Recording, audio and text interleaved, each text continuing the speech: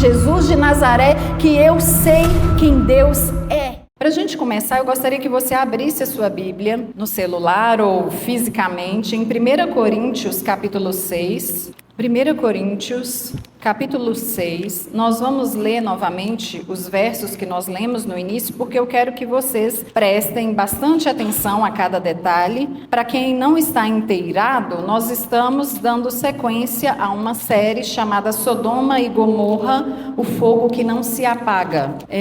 Nós temos já há alguns domingos abordado a temática da diversidade afetivo-sexual, nós passamos por questões etimológicas, nós abordamos história, nós abordamos textos bíblicos e suas várias interpretações ao longo da história, e eu acredito que a gente chegou a uma relativa conclusão de que a diversidade afetivo-sexual é parte da boa criação de Deus. No entanto, eu estou ciente de que dizer isso não é suficiente. Resta uma série de questões acerca da sexualidade não respondidas. Dizer que nós somos uma igreja inclusiva, e por inclusiva eu estou muito ciente de toda a polêmica em torno desse termo. Um amigo meu, assim que a gente estava há anos atrás no processo da inclusividade, ele brincou comigo e falou assim: igreja inclusiva? Mas toda igreja não deveria, por natureza, ser inclusiva? Eu falei: sim, irmão, mas infelizmente a gente ainda precisa dessa nomenclatura para fazer uma marcação muito específica de que essa comunidade recebe a diversidade afetivo-sexual na sua plenitude. Ou seja, não existem pessoas aqui como subcidadãos do reino. Aqui somos todos iguais perante Cristo efetivamente. Essa é a ideia de uma igreja inclusiva. Mas eu sei que quando houve o processo da inclusividade,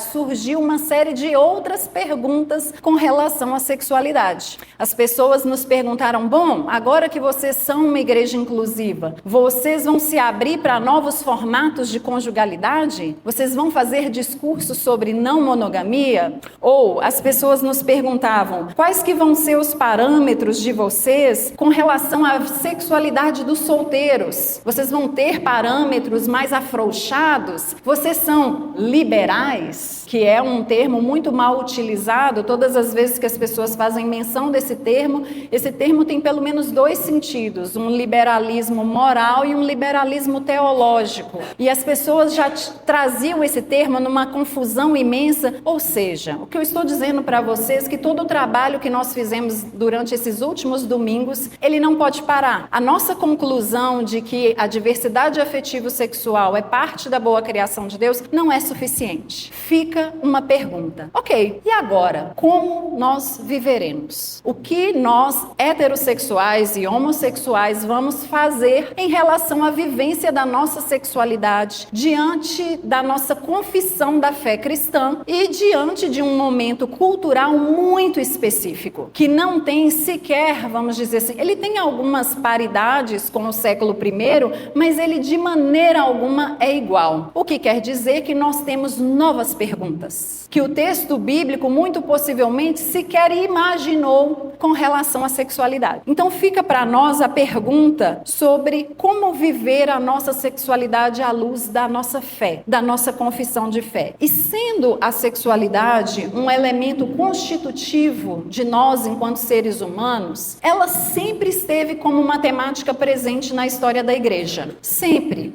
É claro que em alguns momentos da história da igreja, ela surgiu muito mais em termos de invisibilidade, ou seja, o próprio tabu em torno da sexualidade era tão severo que a sexualidade estava presente em forma de silêncio. As pessoas se calavam, era quase uma... Como se diz isso? Um sacrilégio quando você mencionava alguma questão sexual neste espaço. Porque, afinal de contas, este é um espaço sagrado, mas a sua sexualidade não. Veja bem. Então, a gente sabe que a sexualidade sempre esteve presente como tema, seja por por meio da invisibilidade, seja também por meio de uma exacerbação do tema, quando uma comunidade de fé se centra o tempo todo em torno dessa questão, como se não houvesse nada além disso na nossa constituição enquanto seres humanos. Então, nem um extremo nem outro, a gente não precisa nem invisibilizar, como também a gente não precisa se constituir um tempo todo enquanto comunidade que conversa e fala sobre sexualidade. Mas, para chegar nesse extremo aqui, a gente está muito longe. A gente é muito mais do extremo do silenciamento, do não conversar a respeito. E aí eu gostaria de ler um texto para vocês em 1 Coríntios capítulo 6. Diz assim, a partir do verso 12 nós vamos ler. Presta bastante atenção aí. Eu estou lendo a Bíblia de Jerusalém, caso você queira saber qual é a minha versão. Tudo me é permitido, mas nem tudo convém. Tudo me é permitido, mas eu não me deixarei escravizar por coisa alguma. Os alimentos são para o ventre e o ventre para os alimentos, e Deus destruirá aqueles e este. Mas o corpo não é para a fornicação, e sim para o Senhor, e o Senhor é para o corpo. Ora, Deus, que ressuscitou o Senhor, ressuscitará também a nós pelo seu poder. Não sabeis que os vossos corpos são membros de Cristo? Tomarei então os membros de Cristo para fazê-los membros de uma prostituta? Por certo, não. Perdão, certinho. Não sabeis que aquele que se une a uma prostituta constitui com ela um só corpo? Pois está dito, serão os dois uma só carne. Ao contrário, aquele que se une ao Senhor constitui com ele um só espírito. Fugir da imoralidade. Todo outro pecado que o homem cometa é exterior ao seu corpo. Aquele, porém, que se entrega à fornicação, peca contra o próprio corpo. Ou vocês não sabem que o corpo de vocês é templo do Espírito Santo que está em vós e que recebestes de Deus, e que, portanto, não pertenceis a vocês mesmos? Alguém pagou alto preço pelo vosso resgate.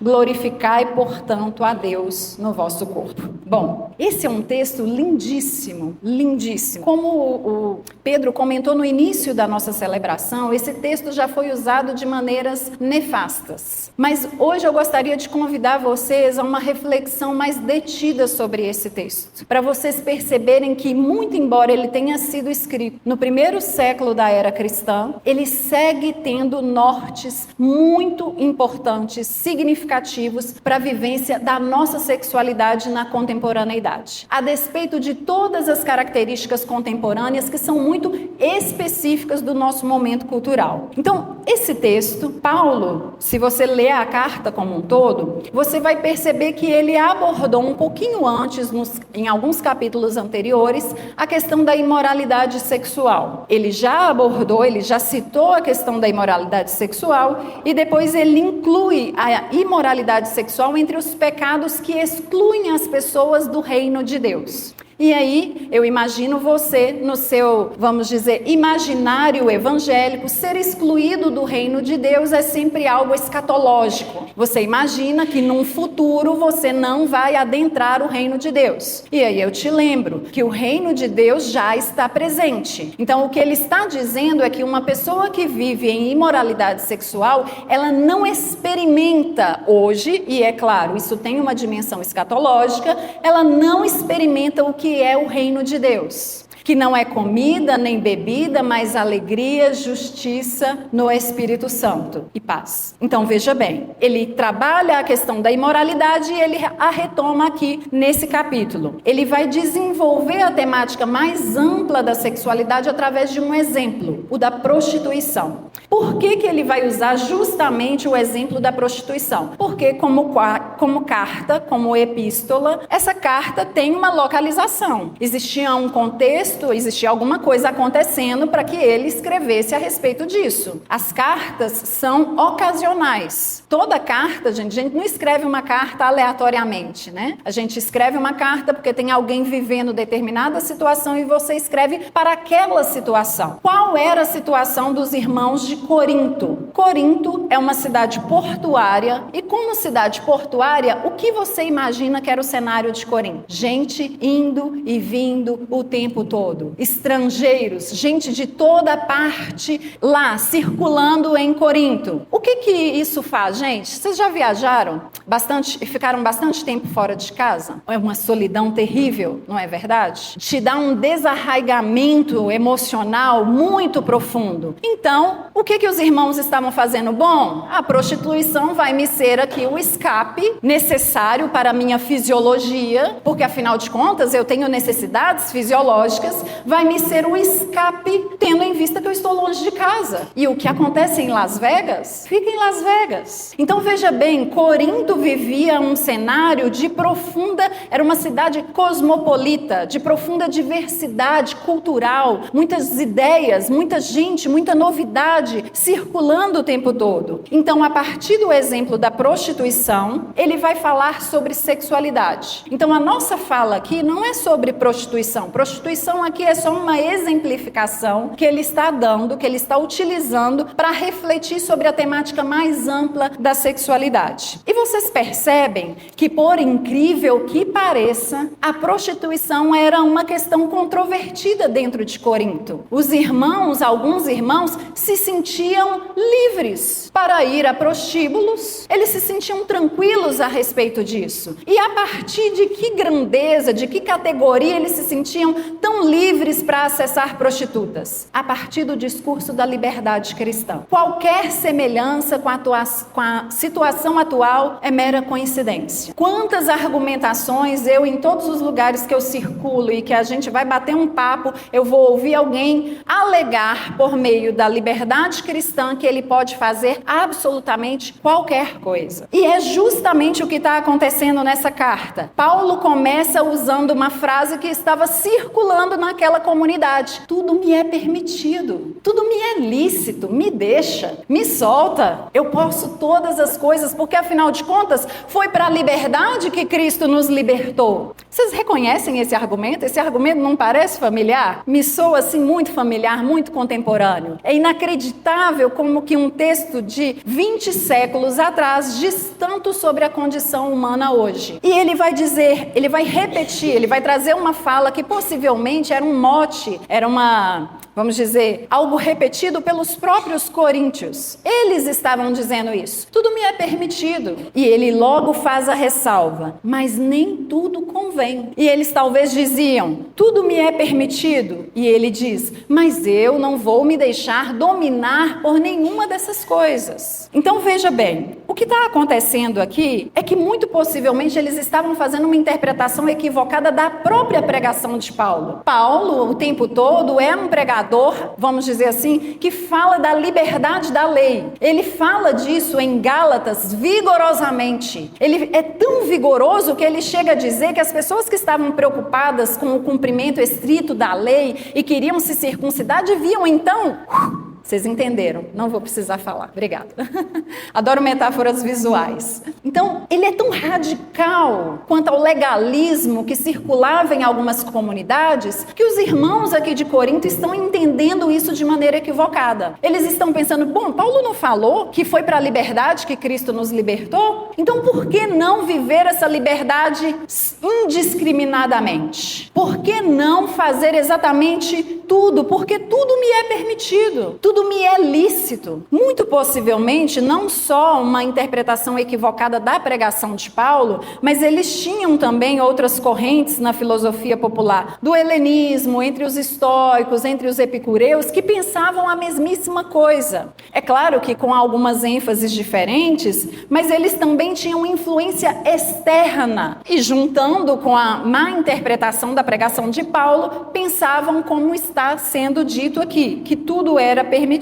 E aqui entra o nosso ponto. A nossa pergunta norteadora para nós nessa manhã é: como nós vamos viver? Será que a gente ainda está no ponto em que a gente imagina que tudo nos é permitido? Que a liberdade cristã, ela serve justamente para justificar qualquer conduta? E aqui existe um elemento muito significativo, que é um elemento, a Jéssica até brincou comigo hoje, que eu tenho uma música oficial do pagode. Vocês não sabem isso, né? Qual que é a minha música? Vocês sabem disso, minha música oficial, depois você corta isso, por favor. A minha música oficial do pagode. Tô fazendo amor com outra pessoa, mas meu coração vai ser para sempre seu. Eu sempre cito essa música quando a gente vai falar de dualismo antropológico. Dualismo antropológico, gente, é uma temática que sempre vai surgir nas nossas falas. Por quê? Essa noção marca a história da reflexão cristã. Até hoje, nós temos percepções dualistas e eu vou definir para vocês. O dualismo antropológico, ele identifica o verdadeiro eu com o espírito, o que permite que a gente rebaixe o corpo a uma condição de descartável, de degradável, porque afinal de contas, quem eu sou se encontra na minha alma, no meu espírito. Eu posso fazer o que eu quiser com o meu corpo, porque isso não vai contaminar, isso não vai transformar, isso não vai alterar quem eu sou na minha interioridade. O nome disso é dualismo antropológico, e até o Só Pra Contrariar conhece essa ideia.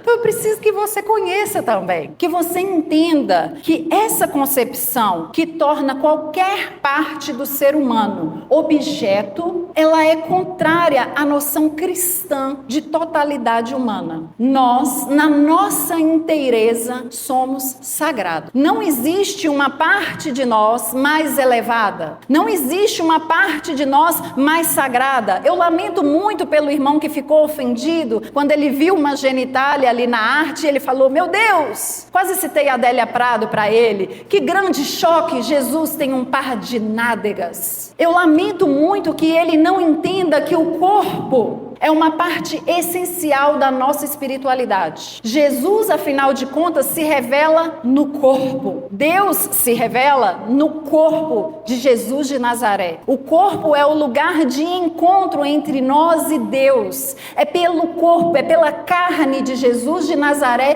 que eu sei quem Deus é. Como eu vou viver uma espiritualidade ou uma sexualidade que degrada o corpo como se ele fosse de menor valia, como se ele fosse uma coisa qualquer? O texto vai seguir, e é bem interessante, que eles vão apelar para os alimentos. Eles vão dizer assim, os coríntios. Você vê, gente, que a carta é muito interessante, que Paulo o tempo todo está dialogando com um interlocutor. Tem um interlocutor imaginário aqui. Ele traz o que o interlocutor fala e reage. Ele traz o que o interlocutor fala e reage. E aqui ele traz uma ideia dos interlocutores dele. A comida não é para o estômago? Então, sexo devia ser para o corpo. Se eu estou com tesão, se eu estou com vontade de transar, por que não transar? Por que não me envolver sexualmente com quem eu tiver vontade? É só uma função fisiológica, assim como os alimentos são para o estômago. É a argumentação dos coríntios. Espertos, né? A gente, quando quer fazer o mal, a gente encontra, assim, sabe, umas argumentações muito complexificadas, é bem interessante. E você percebe que Paulo vai dizer assim,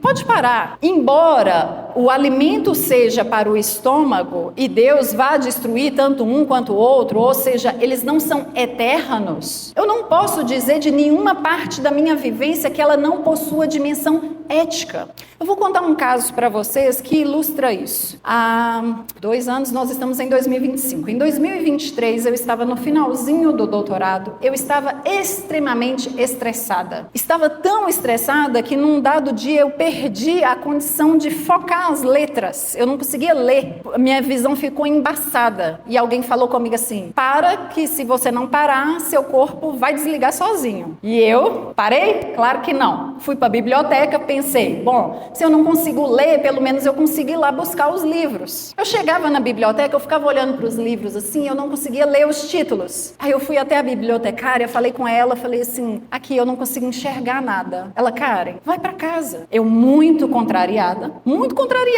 sensação de, caramba, não estou sendo produtiva hoje. O mundo vai acabar se eu não for produtiva hoje. Fui para casa. Esse foi um período em que eu comi muito. Eu comia angústia. Eu não comia comida, eu comia angústia. E aí eu recebi uma irmã querida que um dia vai saber disso, ela não sabe, a irmã Aila, na minha casa. E a gente estava à mesa e a gente, como bom mineiro, sempre põe a mesa farta para as pessoas comerem. E a gente estava à mesa e aquele tanto de coisa e eu lá, comendo igual um preá. Vocês já viram preá? Preá só mastiga assim, você só vê a boquinha dele, parece um coelhinho. Tava eu. E aí eu falei com a Ilha, Ilha, não vai comer nada? Ah, meu Deus, pra quê? Ela falou comigo assim, Karen, eu acho que, não vou comer nada, obrigada, eu tô satisfeita, a partir desse horário eu não como mais nada. Como assim?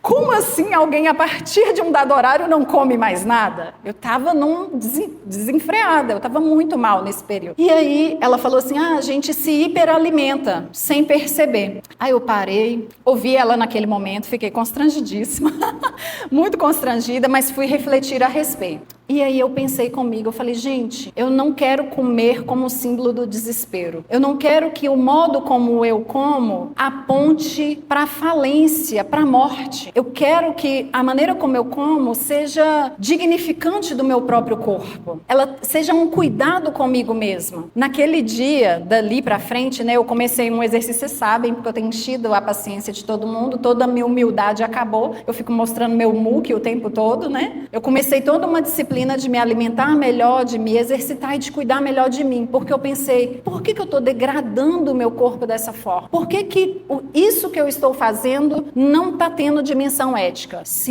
isso é assim para comida, por que não é assim para a sexualidade? Por que a gente não pensa que a nossa sexualidade precisa apontar para a vitória sobre a morte? A sua sexualidade não pode ser uma placa do desespero, não pode ser um demonstrativo de que você é uma pessoa perdida e carente, destruída, partida. Tem que ser uma proclamação de que Cristo venceu a morte. Aí também, Cristo venceu a morte na minha degradação alimentar, que durou um tempo considerável, inclusive. Eu ganhei bastante peso nessa época, vocês não devem lembrar, mas eu me lembro bem, porque eu estava comendo angústia. E eu fico pensando quantas pessoas, ao transarem desenfreadamente, não estão também lidando com angústia, não estão também tentando dirimir vários outros dilemas que nada tem a ver com intimidade, com comunhão, com união verdadeira. Eu ouvi uma pessoa há um tempo atrás que dizia que teve várias experiências sexuais, enfim, e ela falou assim, bom, era sempre consensual, tudo certo, né? Como se consensualidade fosse tudo na vida, e não é, a gente pode conversar sobre isso depois. E essa pessoa me disse assim,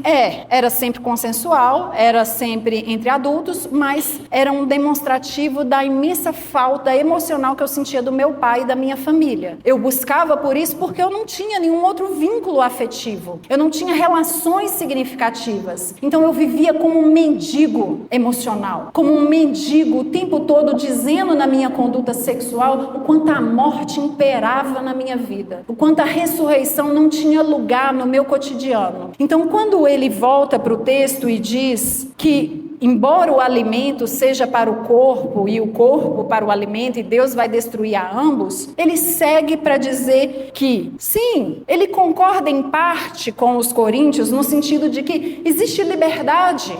Gente, existe liberdade. Eu não vivo como uma pessoa escravizada. Eu não sorrio o tempo todo porque sou uma pessoa escravizada, mas justamente porque me sinto e sou uma pessoa livre. Mas liberdade sem critério, ela gera uma completa arbitrariedade. Liberdade sem critério, desenfreada, ela não edifica. Ele vai dizer logo depois isso, que a nossa conduta sexual deve ser pensada à luz daquilo que edifica. Ou seja, o que eu construo naquilo que eu faço? O que eu estou semeando? Porque o seu futuro começa hoje. Sabe a pessoa que você vai ser daqui 5 anos? Ela já está em curso na sua vida hoje. Ela já começou. Não adianta você imaginar que você vai viver de qualquer maneira e vai chegar lá daqui 5 anos e você vai ser uma pessoa totalmente diferente. Não vai. Porque na medida em que eu estou também me compondo enquanto ser humano. Cada decisão que eu tomo me formata para a próxima decisão. Torna a próxima decisão mais fácil ou mais difícil. Gente, uma pessoa que vai se abrindo para a imoralidade sexual repetidamente, ela tem muito mais dificuldade, depois de várias experiências, de ficar firme em uma única experiência. Ela tem muito mais dificuldade de não fazer comparações. Ela tem muito mais dificuldade de ser inteira dentro de uma determinada relação. Eu não estou dizendo isso isso, e isso foi tema de uma conversa de mesa também, para dizer assim, gente, se você viveu uma vida imoral, acabou para você, não tem solução. Não é isso. Estou dizendo assim, tem solução. O que você precisa entender é que o que nós decidimos vai nos constituindo. O nosso verdadeiro ser não está só na nossa alma e no nosso espírito. Está na integralidade de quem nós somos. Bom, vamos continuar um pouquinho mais no texto. Ele vai dizer que existe um perigo significativo da gente se render aos interesses próprios, às paixões. Ele vai dizer que, por incrível que pareça, o discurso de liberdade faz uma curva completa e se torna escravidão. Ele fala, olha, tudo me é lícito, mas eu não vou me deixar dominar por nenhuma dessas coisas. Você já parou para pensar que o seu discurso de liberdade pode se tornar escravidão? Que a pretexto de fazer tudo o que você quer, você se torna um escravo de si mesmo, em que você não consegue dizer, não, eu não quero, eu não vou, esses não são os meus valores, eu não compactuo com isso não faz sentido para mim. Você entra dentro de um fluxo em que você se torna escravo da sua liberdade. Vê como que isso é interessante? Eu acho até curioso que algo possa fazer uma curva completa e se tornar o oposto. É incrível como que a pretexto de liberdade a gente se torne escravo. E o texto vai dizer um pouquinho mais, ele vai falar, um pouco antes desse texto que nós lemos, lá no capítulo 3, ele tem uma frase que explica muito do que a gente está conversando aqui. Ele fala assim, tudo é vosso, lá no capítulo 3, 22. Tudo é vosso e vós de Cristo. Gente, a gente precisa resgatar, ou pelo menos desfazer, a nossa mentalidade legalista de que a nossa vida cristã é uma penúria, de que a vida cristã é uma vida de abnegação, sofrimento, carregar a cruz. Sim, ela é também, mas a vida cristã é uma vida de paz. Paz que excede todo entendimento. A vida cristã é uma vida de alegria. Alegria, inclusive, que é fruto do Espírito, que o mundo não entende, porque ela não depende de circunstâncias. A vida cristã, ela é uma vida de bem. E o texto está dizendo para a gente, tudo é de vocês. Vocês têm tudo. Vocês têm liberdade, vocês têm paz, vocês têm provisão, vocês têm alguém que olha por vocês o tempo todo. Viva como alguém que é livre. Não viva como se você tivesse massacrado debaixo de uma lei que te escraviza. Mas presta atenção, tudo é de vocês, mas vocês são de Cristo. Vocês não podem viver como se fossem de vocês mesmos. Ele vai seguir no texto dizendo justamente isso. Em algum momento ele faz uma substituição, ele para de falar da barriga para falar do corpo. Ou seja, ele começa agora a mostrar que não se trata das funções fisiológicas, se trata do ser humano na sua totalidade. Os coríntios reduziam a vida deles ao estômago.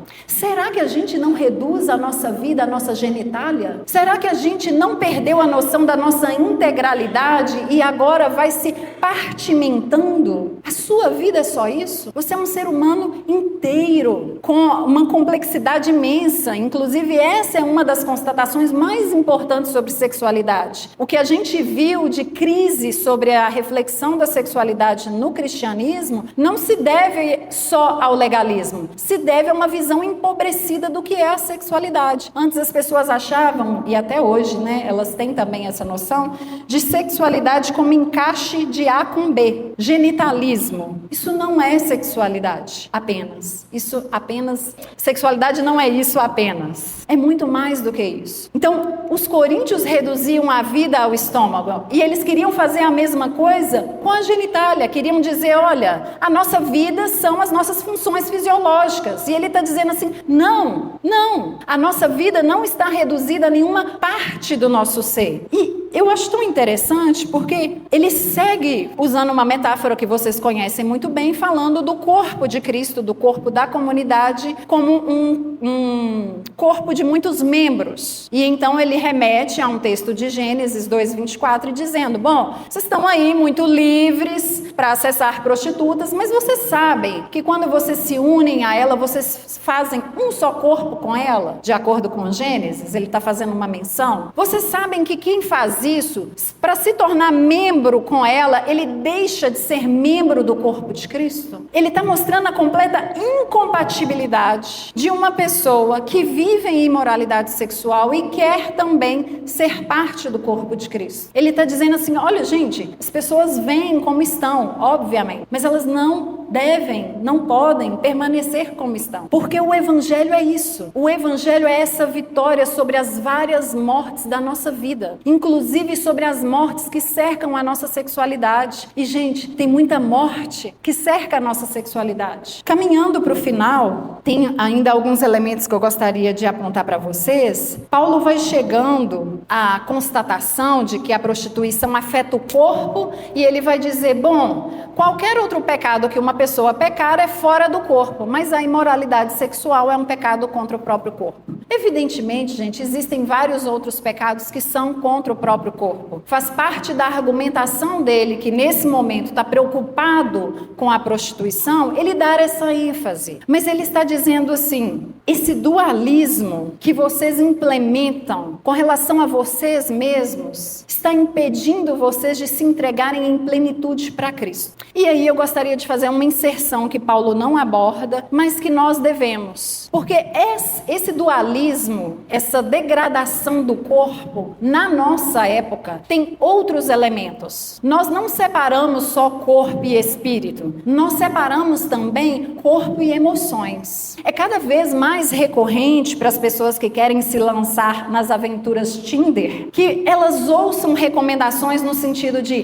transe, mas não se envolva. Faça uma segmentação na sua plena humanidade. Viva apenas uma parte, como se você fosse objeto, como se sexo não fosse emoção em movimento, como se as pessoas tivessem a garantia de que vão transar e não vão se envolver. Você pode não se envolver, isso acontece, mas você pode se envolver. Alguém pode sair muito machucado disso, porque afinal de contas, essa cisão não é possível de maneira cabal. E quando ela é possível, ela está te roubando plena humanidade e ela está roubando também do seu Senhor, que te comprou por um alto preço a totalidade de quem você é. É interessante, e aqui eu quero fazer uma ressalva, é óbvio que você não vai colocar a emoção de uma relação de 10 anos em uma relação de 10 dias. Por favor, valha-me Deus, não faça isso, né? A sabedoria diz que a gente não deve fazer esse tipo de coisa. No entanto, a gente precisa se entender para além do genitalismo. A gente precisa se entender na integralidade de quem nós somos. Então, essa cisão,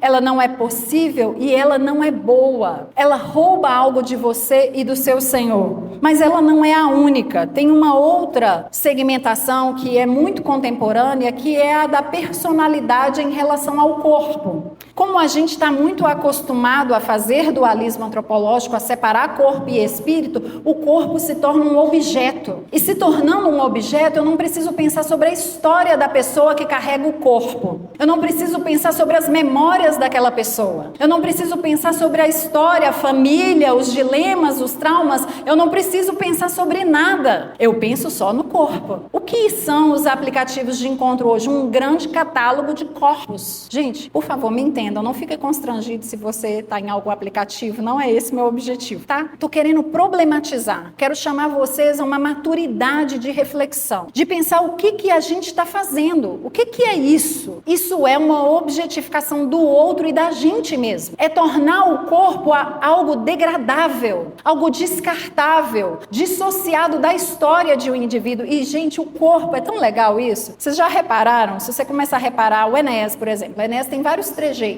O Anthony é um bom imitador. Vocês não sabem disso ainda, mas o Anthony imita. Ele faz várias imitações. Tem Silvio Santos, umas coisas assim. E ele um dia estava imitando o Enéas. E foi sensacional, eu ri demais. Porque ele conseguiu pegar uma mania que o Enéas tinha de puxar assim a boca nas falas. Olha lá, é sensacional, é sensacional. Gente, esse é o corpo. O corpo é a sua história, os seus trejeitos, a sua postura corporal, a maneira como você se coloca no mundo está no seu corpo. Então, o corpo não é objeto para degradação. E aí você diz, Karen, eu tô ciente que tem aí uma outra pergunta que vai surgindo. Eu não vou poder abordar todas porque o Enéas já sentou ali, quer dizer que meu tempo já acabou. Tem um código, gente, vocês não sabem dos códigos que rolam aqui. Eu vou fechar, mas eu sei o que você está pensando. Você está pensando possivelmente assim, poxa, então a gente vai voltar para aquele legalismo irreal em que as pessoas diziam, todo mundo dizia que não transava antes do casamento, enquanto estava todo mundo transando. E aí, quando alguém mais inocente conversava e descobria que estava todo mundo transando, e ele falou assim, ué, só eu que não?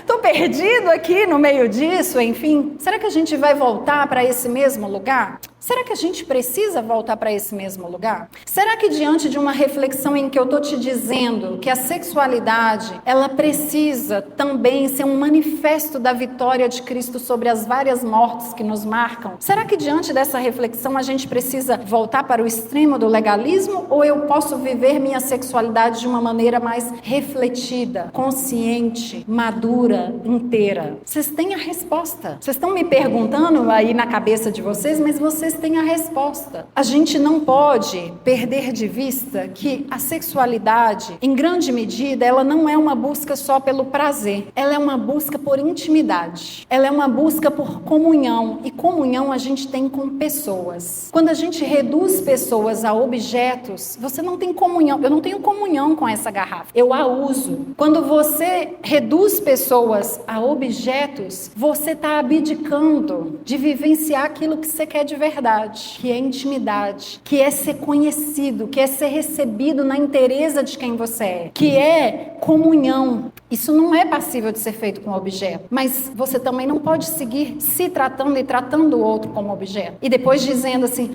mas eu não quero ser legalista. Não estou te chamando nem para um extremo, nem para o outro. Estou te chamando à reflexão. Eu fecho aqui com a fala de Paulo, quando ele diz que nós devemos ter em mente que nós somos habitados pelo Espírito Santo. Ele termina o texto falando isso. Vocês não sabem, por acaso? Ele está meio chocado, né? Como que essa comunidade, e inclusive, não sei se vocês se lembram, Corinto é marcada por muita arrogância de conhecimento. E aí Paulo vai, peraí, essa galera que sabe de tanta coisa, por acaso vocês não sabem que vocês são templo do Espírito? Vocês não entendem que essa inabitação do Espírito, ela tem um propósito real na sua vida? Essa inabitação do Espírito conhece muito bem a sua angústia, inclusive sexual, seus traumas, suas carências mais profundas. E é aí que essa inabitação quer atuar. E é aí que essa inabitação quer vencer a morte. E é aí que essa inabitação quer apontar para a ressurreição, para o dia em que não há dor, não há angústia, em que eu não preciso comer a angústia e não preciso objetar ninguém por causa dela também. Acaso vocês não sabem que são templo do Espírito Santo e que ele habita em vós? E aí você diz para mim assim, tá, mas isso tudo é muito difícil. Você já parou para pensar? Agora é sério isso. Isso sempre me encafifou. Eu vou terminar aqui, é real. É real.